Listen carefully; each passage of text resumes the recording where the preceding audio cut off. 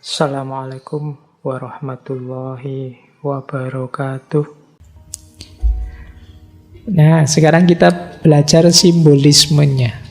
Ada dua simbolisme yang sering dipakai untuk menjelaskan kenapa kita harus mengalah. Yang pertama simbolisme bumi, dan yang kedua simbolisme tandur.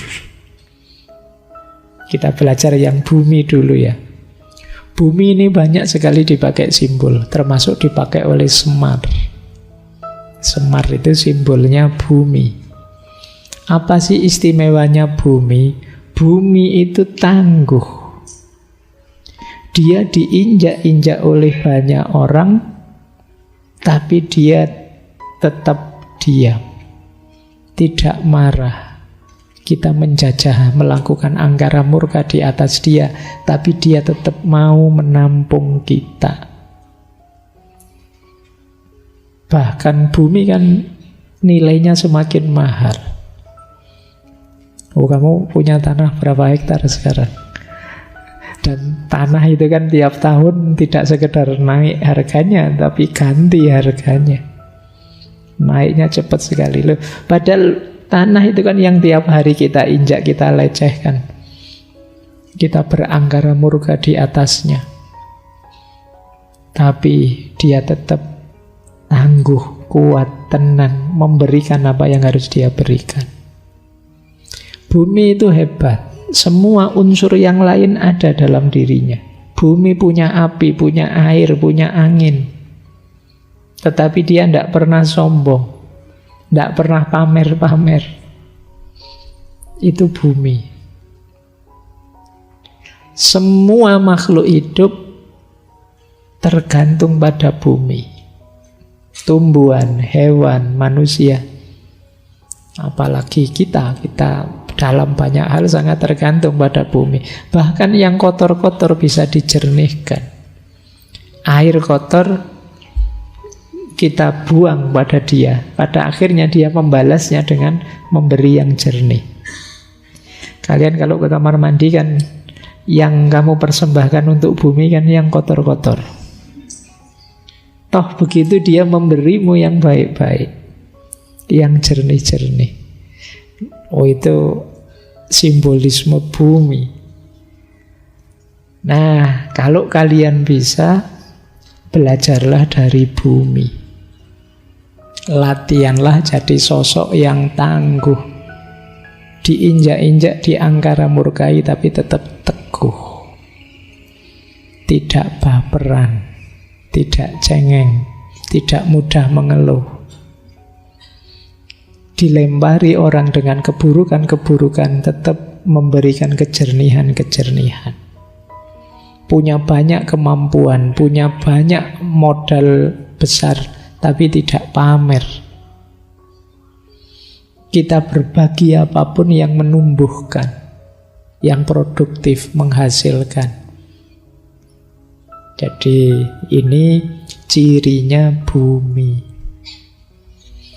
Ayo kalian latihan ya, jadi ardun, jadi bumi. Saya lanjutkan, jadi orang yang mengalah itu orang yang punya mentalitas bumi. Dia tidak berpikir kenyamanannya, dia tidak berpikir keberhasilan, kesuksesan, kebesaran dirinya. Dia puas dengan bisa melayani dan memberi yang terbaik. Itu wataknya bumi. Kita lanjutkan. Jadi ini simbolisme wani ngalah yang pertama. Simbolisme kedua, tandur. Semoga di sini ada yang anaknya petani ya. Mungkin ya banyak kalau dari wajahnya. Ya, kalian anak-anak petani kan ngerti orang tandur, menanam padi. Simbol tandur itu persis menunjukkan simbol mengalah. Tandur itu berjalan mundur. Tapi mundur itulah hakikatnya maju. Yo kalau ada orang nanam padi kok maju, ya Yo, karena istilahnya bukan tandur kalau gitu, tanju. Nanam sambil maju. Jadi simbolisme ngalah itu kan begitu. Kan ada istilah mengalah untuk menang. Jadi justru dengan saya mengalah, saya menang. Jadi bukan berarti kalah. Nah ini simbol pertama. Jadi dia dilakukan harus secara mundur. Saya enggak apa-apa, kamu duluan enggak apa-apa. Justru ini kita hebat. Mundur itulah maju sebenarnya. Dengan orang mau menanam mundur, di situ nanti dia panen. Tapi kalau dia enggak mau menanam mundur, ya enggak jadi panen. Yang kedua, filosofi tandur itu menanam mundur, tidak sembarangan mundur. Kamu harus, saya itu sejak tadi nyari kata-kata yang pas ya. Basa Jawane jengking. Apa bahasa Indonesianya jengking ya? Saya nyari sejak tadi. Ya saya maknai menunduk gitu saja ya. Cuma jengking itu ya ambuh. Pokoknya jengking ya.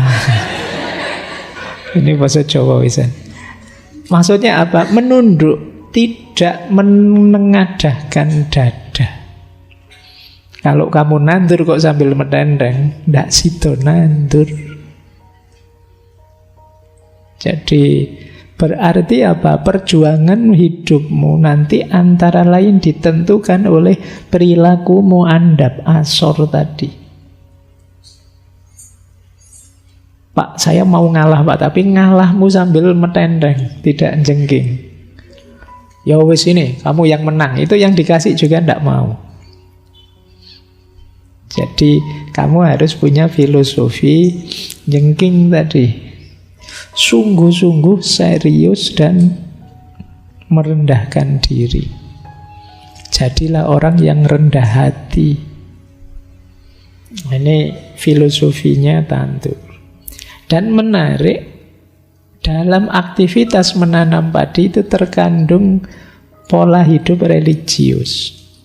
Petani itu kan ikhtiarnya hanya dalam aspek menyemai, menanam, memupuk, menyiangi. Setelah itu selesai. Tinggal menunggu ketetapannya Allah apakah nanti panennya bagus atau jelek. Persis dengan jalan hidup kita. Setelah ikhtiar maksimal ditetapkan, setelah itu kita pasrah, tawakal dan ridho apapun yang diberikan oleh Tuhan. Nah ini filosofi tandur. Jadi untuk memahami ngalah ada dua filosofi yang sering dipakai sebagai simbol, yaitu bumi dan tandur. Ya, bolehlah nanti teman-teman latihan ya tandur itu. Boleh sekedar rekreasi, kan sekarang banyak desa-desa wisata itu menyediakan fasilitas sekalian latihan tandur itu. Bukan apa-apa, coba rasakan capeknya.